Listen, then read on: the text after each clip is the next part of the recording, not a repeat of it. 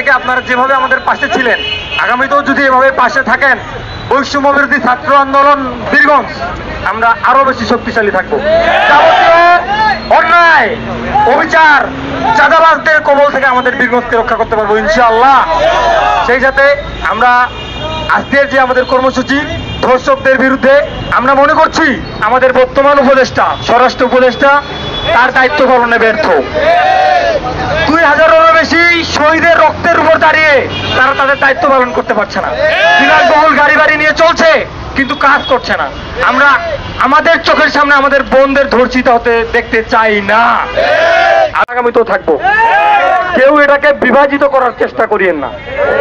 আজকের এই কর্মসূচিতে ছাত্র দল, ছাত্র শিবির, ছাত্র অধিকার পরিষদ, ছাত্র আন্দোলন সবাই আছে। তার মানে আমাদের বীরগঞ্জে জাতীয় ঐক্য আছে।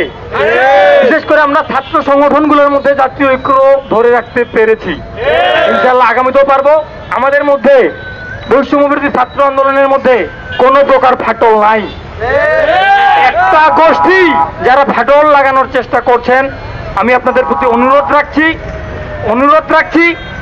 রাখছি আপনারা এটা কইরেন না।